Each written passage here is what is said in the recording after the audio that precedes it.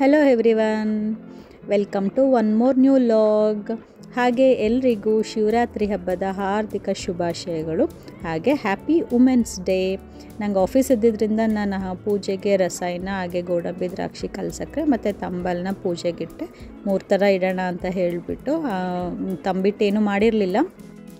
ಹಾಗೆಯೇ ಶಿವರಾತ್ರಿಗೆ ನಾನು ಪ್ರತಿ ವರ್ಷವೂ ಈ ಹೂವು ಮಿಸ್ಸೇ ಮಾಡಲ್ಲ. ಯಾಕೆ ಅಂತ ಹೇಳಿದ್ರೆ ಇದ್ರ ಹಿಂದೆ ಒಂದು ಒಳ್ಳೆ ಕಥೆ ಇದೆ. ಒಬ್ಬ ಮನುಷ್ಯ ತಪಸ್ಸಿಗೆ ಕೂತ್ಕೊಂಡಾಗ ನನಗೊಂದು ವರ ಬೇಕು ಅಂತ ಕೇಳ್ತಾರೆ. ಆವಾಗ ನನ್ನ ಪಾದ ನಿನ್ನ ತಲೆ ಮೇಲೆ ಇರಲಿ ಅಂತ ಹೇಳ್ತಾರೆ. ಆಮೇಲೆ ಅವ್ರ ತಪ್ಪು ಅರಿವಾದಾಗ ನನಗೆ ಈ ವರ ಬೇಡ, ಬದಲಾಯಿಸಿ ಅಂತ ಶಿವನಲ್ಲಿ ಕೇಳ್ಕೊತಾರೆ. ಆವಾಗ ಶಿವ ಈ ವರ ಬದಲಾಯಿಸಲು ಸಾಧ್ಯವಿಲ್ಲ ಅಂತ ಹೇಳಿದಾಗ ಆಯಿತು, ನೀನು ಒಂದು ಗಿಡ ಆಗು, ತುಂಬೆ ಗಿಡ ಆಗು ಅಂತ ಆಗಿ ಬದಲಾಗು ಅಂತ ಹೇಳ್ತಾರೆ. ಆಗ ಬದಲಾಗಿರೋ ಗಿಡನೇ ತುಂಬೆ ಗಿಡ, ಆ ತುಂಬೆ ಹೂವು ನೋಡಿ. ಅದಕ್ಕೆ ಹೂವು ಬಂದುಬಿಟ್ಟು ಪಾದದ ಶೇಪಲ್ಲಿದೆ, ನೀವು ಅಬ್ಸರ್ವ್ ಮಾಡ್ಬೋದು. ಅದು ಶಿವನಿಗೆ ಪ್ರೀತಿ. ಹಾಗೆ ಶಿವರಾತ್ರಿಗೆ ಎಲ್ಲರೂ ಮುಡಿಸ್ತಾರೆ.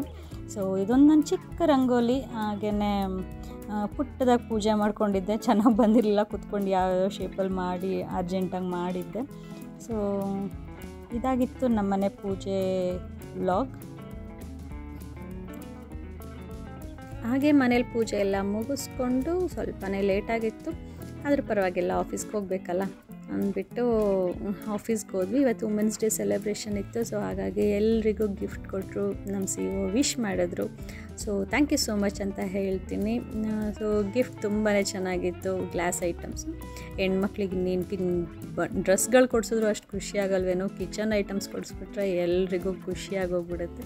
ಸೊ ಯಾವುದೇ ಒಂದು ಕಿಚನ್ ಐಟಮ್ ಆಗಲಿ, ಸೊ ನಮಗೆಲ್ಲ ತುಂಬಾ ಇಷ್ಟ ಆಯಿತು ಅಂತ ಹೇಳ್ತೀನಿ. ಸೊ ಯೂಸ್ಫುಲ್ ಅಂತ ಹೇಳಿ ಹಾಗೆ ಮನೆಗೆ ಬಂದುಬಿಟ್ಟು ಉಪವಾಸ ಇದ್ದಿದ್ದರಿಂದ ಸ್ವಲ್ಪ ಲೈಟಾಗಿ ಉಪ್ಪಿಟ್ಟು ಮಾಡಿಕೊಂಡು ಹಾಗೆ ಕಡಲೆಕಾಳು ಹುಸ್ಲಿ ಮಾಡಿಬಿಟ್ಟು ನನ್ನ ಡೇನ ಹೀಗೆ ಎಂಡ್ ಮಾಡಿದೆ.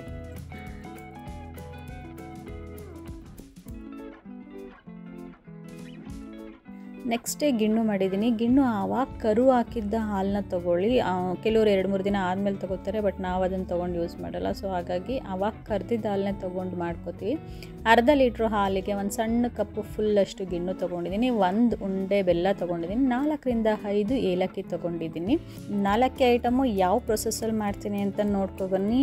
ನಾನು ಯಾವುದೇ ರೀತಿ ಅವಲಕ್ಕಿ ಆಗಲಿ ಕಡಲೆ ಆಗಲಿ ಆ ಥರ ಎಲ್ಲ ಮಾಡ್ತಿಲ್ಲ. ಹಾಸನ ಸ್ಟೈಲ್ ನಮ್ಮೂರ ಸೈಡ್ ಹೇಗೆ ಮಾಡ್ತಾರೋ ಆ ಥರ ಮಾಡ್ತಾಯಿದ್ದೀನಿ.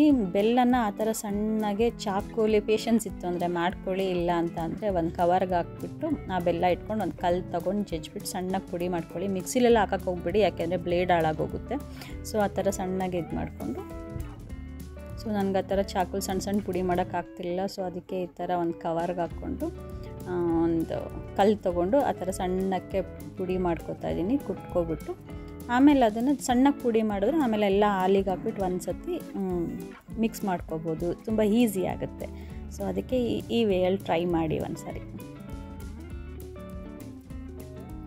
ಇವಾಗ ಎಲ್ಲನೂ ಒಂದು ಪಾತ್ರೆಗೆ ಇಟ್ಕೊಳ್ಳೋಣ, ಅಂದರೆ ಎಲ್ಲನೂ ಮಿಕ್ಸ್ ಮಾಡ್ಕೊಳ್ಳೋಣ. ಸೊ ಒಂದು ಪಾತ್ರೆ ತೊಗೊಂಡಿದ್ದೀನಿ, ಅದಕ್ಕೆ ಫಸ್ಟ್ ಒಂದು ಅರ್ಧ ಲೀಟ್ರ್ ಹಾಲು ಹಾಕೋತಾ ಇದ್ದೀನಿ.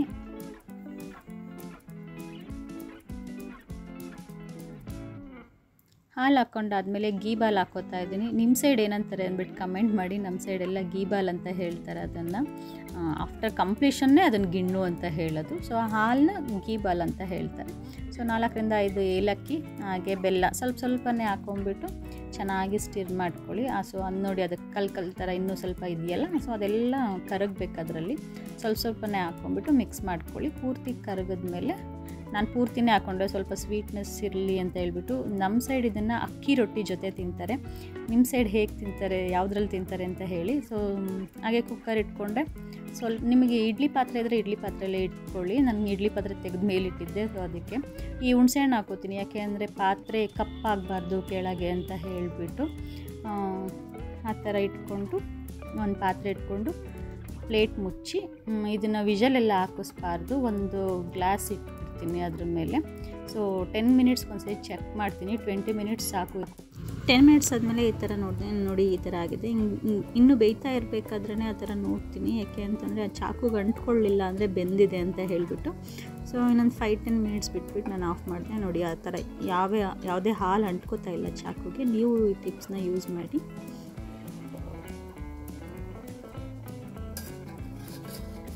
ನಮ್ಗೆ ಇನ್ನೂ ರೆಡಿ ಆಯಿತು ನೋಡಿ. ಸೊ ಎಷ್ಟು ಚೆನ್ನಾಗಿ ಕೇಕ್ ಥರ ಕಟ್ ಮಾಡ್ಬೋದು. ಸ್ಪೂನಿಗೆ ಯಾವುದೇ ಥರ ಚಾಕುಗೆ ಯಾವುದೇ ಥರ ಅಂಟ್ಕೋತಾ ಇಲ್ಲ. ಹಾಗೆಯೇ ಇದನ್ನು ತಣ್ಣಗಾದ್ಮೇಲೆ ತಿನ್ನಬೇಕು. ಮಿನಿಮಮ್ 3-4 ಅವರ್ಸ್ ಆದಮೇಲೆ ತಿಂದ್ರೇ ಅದ್ರ ಟೇಸ್ಟ್ ಗೊತ್ತಾಗೋದು. ಬಿಸಿಲು ತಿಂದರೆ ಗೊತ್ತಾಗೋದಿಲ್ಲ. ಸೊ ಮಗ್ಚೆಕಾಯಿ ಬರುತ್ತಲ್ಲ, ಅದರಲ್ಲಿ ಎತ್ಕೊಳ್ಳಿ, ನೀಟಾಗಿ ಪೀಸಾಗಿ ಬರುತ್ತೆ. ನಾನು ಇನ್ನೂ ಬಿಸಿ ಇದ್ದಿದ್ದರಿಂದ ಹಾಗೇ ಸ್ವಲ್ಪ ಟೇಸ್ಟ್ ನೋಡೋಣ ಅಂದ್ಬಿಟ್ಟು ತೊಗೊಂಡೆ.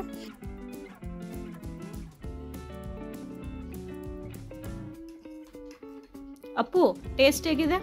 ತುಂಬ ಚೆನ್ನಾಗಿದೆ. ಅಕ್ಕಿ ರೊಟ್ಟಿ ವಿಡಿಯೋ ಇಷ್ಟ ಆದಲ್ಲಿ please like and share and subscribe ಅಂತ ಹೇಳ್ತೀನಿ. Thank you for watching. ಹೀಗೆ ಸಪೋರ್ಟ್ ಮಾಡ್ತಾಯಿರಿ ಅಂತ ಹೇಳ್ತೀನಿ. Thank you.